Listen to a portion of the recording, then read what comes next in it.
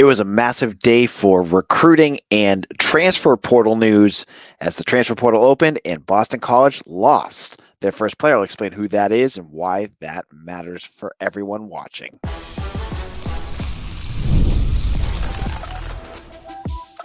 You are Locked On Boston College, your daily podcast on the Boston College Eagles. Part of the Locked On Podcast Network, your team every day. Hello, everyone, and welcome. This is Locked On Boston College. I am your host, AJ Black. I'm the editor and publisher of Eagle Insider. Today's episode is brought to you by Gametime. Download the Gametime app, create an account, and use code Locked On College for $20 off your first purchase. We got two big transfer portal news discussions today, one with football, one with basketball. We're going to look at both and where these are going to impact Boston College. I'll tell you a little bit about both in just a moment. So let's kick this off with talk about football. Now, if you've been following along on 247 Sports, and I hope you guys are, you've been hearing about the Transfer Palooza, which is the second transfer portal period that opened just at the end of spring practices. From April 15th to April 30th, players can enter the portal to try to find a new home in the fall. And from many people that I've heard from, they expected this to be a big day. Now, for Boston College, it's been quiet. It's honestly, it has not been that big of a day. There was one entry, and you look at other schools, and don't get me started on Colorado, who I think had like 15 entries because Dion, I don't know what Dion's doing, but the Eagles had one, and it's not a guy that's just like buried on the bench. It's a pretty big name, and that is Joseph Griffin. And we talked about this on another episode just briefly, but I want to dive into what this means. Joseph Griffin Jr. was a four-star wide receiver out of Springfield Central, Massachusetts. He was, I think, the number 3 or 4 recruit in the class of 2022 from the state of Massachusetts. He's 6'3/6'4", depending on where you read it. And was a big coup for BC when they grabbed him because Griffin had offers from Arizona, Notre Dame. He had some big offers that he stuck with BC on. And I heard that these programs were pushing for him. And he stuck with the Eagles. And BC rewarded him by letting him play right off the bat. We saw him his freshman year play some big snaps. And the biggest snap of his career in those 2 years with BC has to be that game against NC State. BC goes on the road in 2022. Let me set the mood for you here. Everything's terrible. BC's bad. They're not playing well. They're the seller of the ACC at this point. They're going to Raleigh to play an NC State team that was ranked. And I'll tell you right away, when I went into that game, I was like, Eagles have no chance. Their offensive line was terrible. They just had not played well all year, and they couldn't run the ball. They get into that game. They battled back. I believe they were down 14-0. And how did they win? It was a last-second touchdown throw from Emmett Moorhead to Joseph Griffin. And that connection is interesting because we saw that connection really blossom that last couple of weeks. Like Griffin became a very reliable target for Moorhead when he wasn't running for his life because no one was blocking for him. Played pretty well. So you go into year number 2 with Griffin. You're starting to feel like, oh, this guy is going to be special. He's a 4-star wide receiver. We saw that great catch against NC State in the end zone. You know, BC's got something here. And once they removed Emmett Moorhead after 2 drives, they put in Thomas Castellanos. And I got to say, the chemistry between Griffin and Castellanos just didn't seem to be there. You saw Castellanos more with like Lewis Bond or even Ryan O'Keefe when he was healthy. Those guys were his kind of go-tos. Griffin is kind of faded. And, he finished the year, I think, with like 25 catches, but he didn't seem the big-time wide receiver that you were expecting him to be. Like you saw a guy that was like, oh, he's like kind of sliding down to like a third option. Maybe next year he'll blossom a little bit more, but like there's other guys, we'll see what happens with him. And so what ends up happening? We hire Bill O'Brien. Well, actually, we should get to the end of last year too. he played up into the last 2 games of the season and then was just I believe he was a healthy scratch. I don't think I think it was something else, and no one will explain what that is because college and most of that's guarded. Maybe he'll tell you in a couple of years, but he didn't play the game against Miami, and he didn't play the bowl game against SMU. He sat both of those out. Get to the winter and things change, right? Because obviously Jeff Hafley heads to Green Bay. You get a new head coach in Bill O'Brien. However, most of Bill O'Brien's offensive staff are very similar. He brings in a new offensive coordinator, Will Lawing, but Darryl Wyatt's still there. That's Griffin's wide receiver coach, and many of the other guys around him were still there. Now, Bill O'Brien changes things, and he allows us to get to practice. And if you've been following on Eagle Insider, you saw me say it. I got to practice, and I saw Joseph Griffin nowhere. I did not see him. When you go to practices, there's the weight room, and most of the guys like Caleb Jones, who's still rehabbing, and Jalen Blackwell and Bryce Steele, you could see them, lifting weights while they're practicing or hanging out over there. I never saw Joseph Griffin there. And then you started seeing leaked pictures on Instagram of Joseph Griffin in March at home in Springfield. And you're like, huh, something's weird here. So when Pete Thamel on Friday tweeted that he's entering the transfer portal, it wasn't a big surprise. He hasn't practiced all year. He wasn't hurt because he clearly was out doing stuff. This wasn't a huge surprise. Now, does it hurt? Yeah, it kind of stings because it's a local kid. And, Bill O'Brien continues to preach that he wants to build a wall around New England. But you also need to get guys that are local that are buying into whatever you're doing. And something wasn't clicking. I'm not sure what it was, and it's not fair to Joseph for me to guess what that is. I don't know. It could be a million different things, right? His brother is still staying on the team. Josiah Griffin is a redshirt freshman, on the defensive line. He was in the spring game, so he's still there. I actually saw Joseph Griffin's dad practice a couple weeks ago. So they're still part of this. He's just going someplace else. In a moment, I'm going to look at the state of the wide receiver room because there's some things that we should talk about. And does BC already have someone on campus that could do what Joseph Griffin could do? I'll get into all of that in just a moment.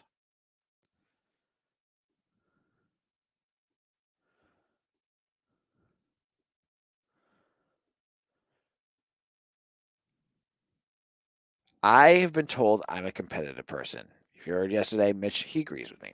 It's okay. Well, I have a competitive side. We all do. And my competitive side is a big fan of Monopoly Go. I love Monopoly. I'm sure you've heard of this app too. It's been downloaded over 150 million times. It's a great twist of Monopoly where you play on not one, but hundreds of Monopoly boards in crazy locations, building up amazing cities that bring you money. But the best part is messing with my friends. I can charge them rent on my iconic properties, just like classic Monopoly, but now I can also rob their vaults of riches for myself. And the leaderboards show me who the biggest Monopoly tycoon is. But it's not just my competitive side that loves it. You can team up with friends and people all around the world in time tournaments to earn huge rewards. So get in the game and join your friends. Download Monopoly Go now for free on the App Store or on Google Play.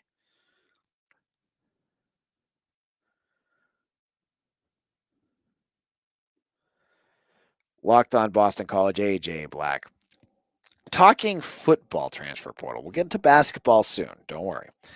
And Joseph Griffin's in the portal. And, when going into the preseason predictions and preseason analysis that I've done with Mitch, we didn't really talk much about Griffin. We kind of knew that there was something weird going on.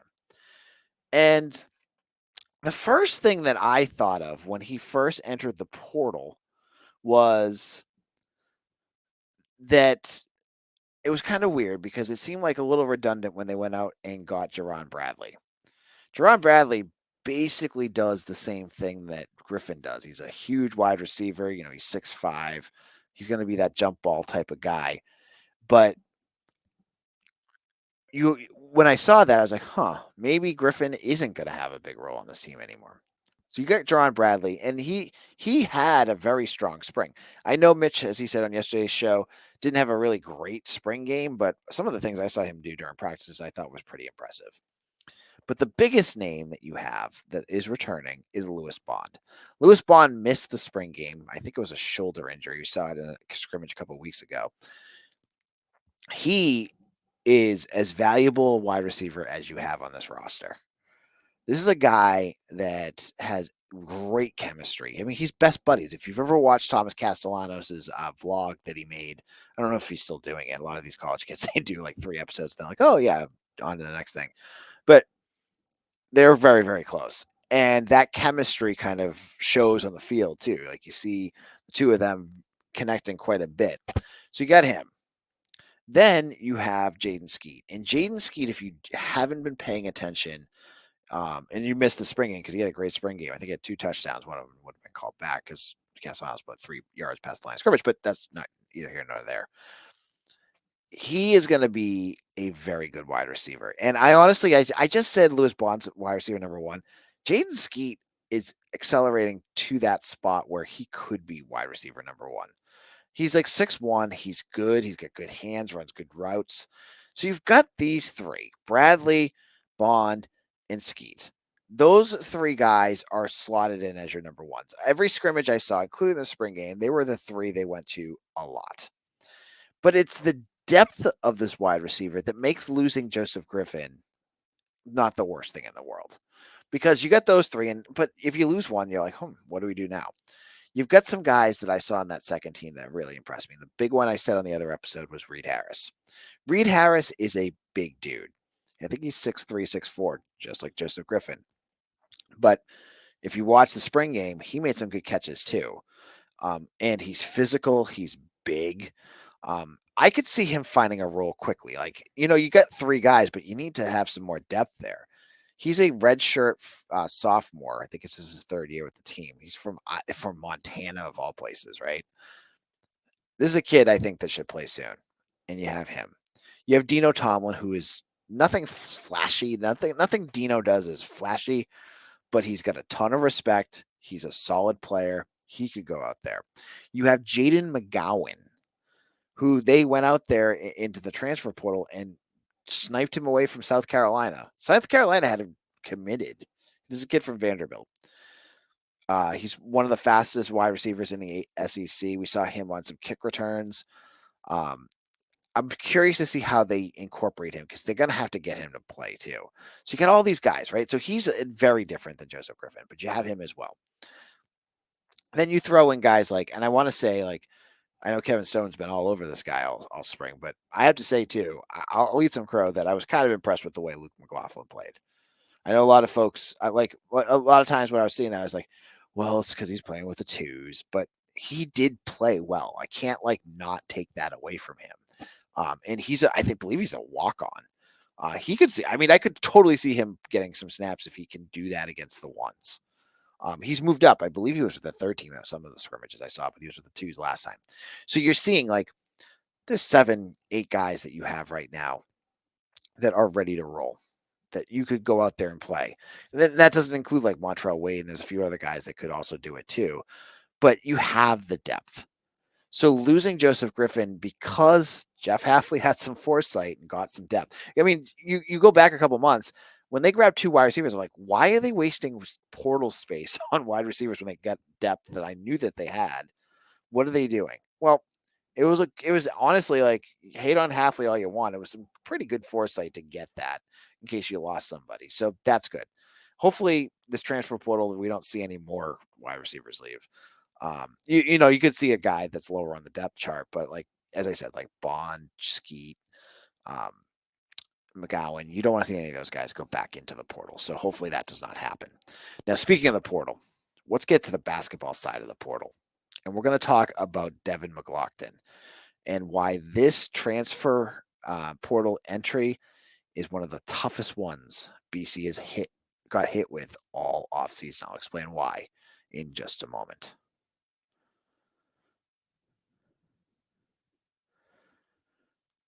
Now let's talk about our good friends, our sponsors over at Yahoo Finance.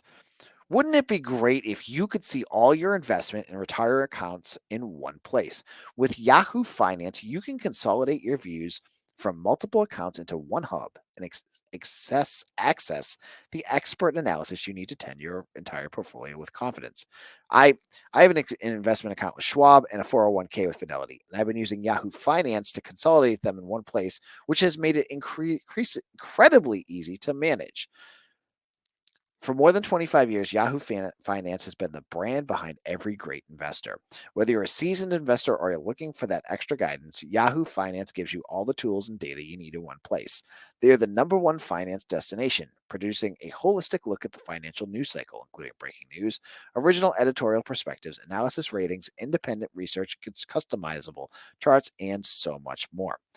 For comprehensive financial news and analysis, visit the brand new yahoofinance.com. That's the number one financial destination, yahoofinance.com. That's yahoofinance.com.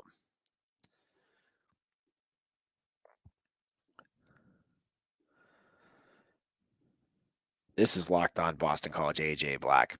So, Joseph Griffin, I said, was a player that entered the portal, and I didn't think it was that big of a deal. Even though he's a 4-star and a good player at times, BC could absorb that. Now, let's flip to another sport, basketball. On Tuesday night, we got the news, and this was a shocker, that forward Devin McGlockton entered the transfer portal.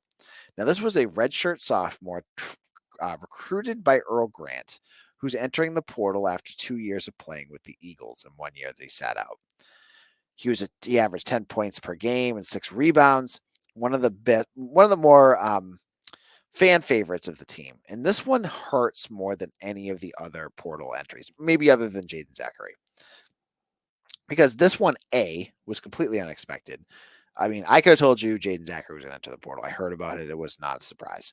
McGlockton had not heard this. And the fact that it happened like 2 weeks after most of the other guys did makes me feel a little weird. And now you have 6 players in the transfer portal. You brought in 2. One of them averages 3 points per game. The other one, it seems like it'll be a decent big. In the absence of McGlockton, a guy that I had thought this would be his team next year. He would be a junior. This is his 3rd year. He's a decent scorer. He's continuing to develop into a good, big-bodied player. I thought McGlockton was going to be his year. The fact that you lose him really throws the future of this program up in the air. It makes me worry about what's going on with Boston College basketball, because lots of teams have lost players. You could go as bad as Louisville, who had 12. I think they had their entire roster going to the portal. BC has 6. That's still a lot. That's more than half, because you had one roster spot that you didn't use last year. But my bigger concern is that a team like Louisville, as terrible as they were last year, has the NIL support to re-engage and rebuild their program at a much faster clip than BC can. BC, I believe, has 4 or 5 transfer portal spots still available for basketball. I have no idea how they're going to fill those. You can throw out names. I threw out like Amani Hansberry, who's a guy that they were recruiting from Illinois. He's at forward, same size as McGlockton, I believe. That just entered the portal. Maybe they go after a guy like that. I know everyone's hoping TJ Power, a local kid from Duke who didn't play all that much this year, enters the portal. But you're looking at this and going, where is the scoring going to come from? Where's the established depth that you need to compete in the ACC? Where is that going to come from? You just lost everybody. BC now has their entire starting lineup, 1 through 5, including, well, you can throw in number 6 too, because Mason Madsen started a bunch of games. So 6 guys that are gone. Quinton Post graduated and 5 to the portal. Your leading scorer that is returning from your roster is DJ Hand, who had 5 points per game. That is your leading returning scorer from your team. You don't know how Chad Venning is going to do, the transfer from St. Bonaventure, 6'10" center. Josh Beadle, I've heard good things that maybe there's some untapped potential there, but your stomach has to worry a little bit that this is a guy that averaged 3 points per game last year and shot 12% or something like that from 3-point range. BC basketball is in a bad spot right now. And there's a lot of blame to go around. I know a lot of folks are going to go after Earl Grant, but to me, all of this screams is NIL. The fact that all these guys are going, like, I know from people that we've talked to, like Beacon Street Ball, these guys, most of them had great relationships with Earl Grant. So it's not an Earl Grant problem. It's NIL. And you see the Friends of the Heights. If you follow them on Twitter or Instagram, please do now. They're working as hard as they can to raise funds so that they can pay the players so that BC can retain the guys that they have and don't have to worry about who the heck they're going to have starting next year. But they're not getting enough. Now, the easy things I've seen people blame is Father Leahy. And there's some blame there that it took forever for NIL to start. And I think they needed a little bit of university support, and that didn't happen. But now that they have things going, it's important to note that NIL and Father Leahy and the BC administration are two completely separate entities. The Friends of the Heights need your support because they're the ones that have to do the hard work about the NIL stuff. They're the ones that have to make sure that they put the contracts together and have the funding to do that. And I see a lot of folks belly aching about this stuff, but NIL does not come from Father Leahy. It's a separate entity. Fans need to get behind this. And I get it. It's a cyclical thing that's going on right now where Friends of the Heights, they're going to need funds to be able to support what Earl Grant wants to do, right? Fans are going, why would I want to support a team that doesn't have anyone on their roster?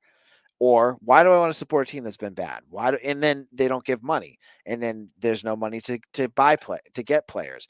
Then there's no money. It's like a cycle that just goes on and on and on. But even if you can only spot a few dollars here and there, that can make a big difference. And you can see how a team that's winning can get that going easily, or a team that gets some spark going, like Bill O'Brien did. But for basketball, it's been tough. There's, I think, from what it seems like to me, NIL needs a big boost for basketball for them to compete. And so if you can, go to Friends of the Heights, go, become a member there, help that out, because that's what it seems like to me. It seems like an NIL thing. And that's something as fans that even though things are crazy right now with Wild West, and yeah, it's icky at points, but we can control that. You can go and you can donate, and you can become a member to that. And those little donations add up. They help get guys to stay here. And so McGlockton's gone. And again, I don't know if it's all NIL. There's other things. There's a million things that could go on.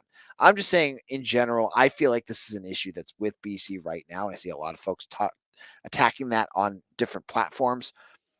You as fans, can address that. All right. We'll be back again tomorrow. I'm sure there's going to be more transfer portal news, and I'll have everything that's going on here on Locked On BC. Thank you so much for listening. My name's AJ Black. Follow me on Twitter at AJBlack247. Come over to Eagle Insider. I have articles up all the time. We'll have, I'm sure Beacon Street Ball will be stopping by to talk a little bit more about basketball. We have baseball stuff up, recruiting. We're going to have Mitch with scouting reports for the NFL draft. We're the place to go. So come over to Eagle Insider. Become a subscriber today. Get 60% off. I think you'll enjoy it. Thank you so much for listening. Hit that like button before you head out and subscribe to our YouTube channel. It's completely free. It does help us out a lot. Thank you so much. And thank you for listening to Locked On Boston College, your team every day.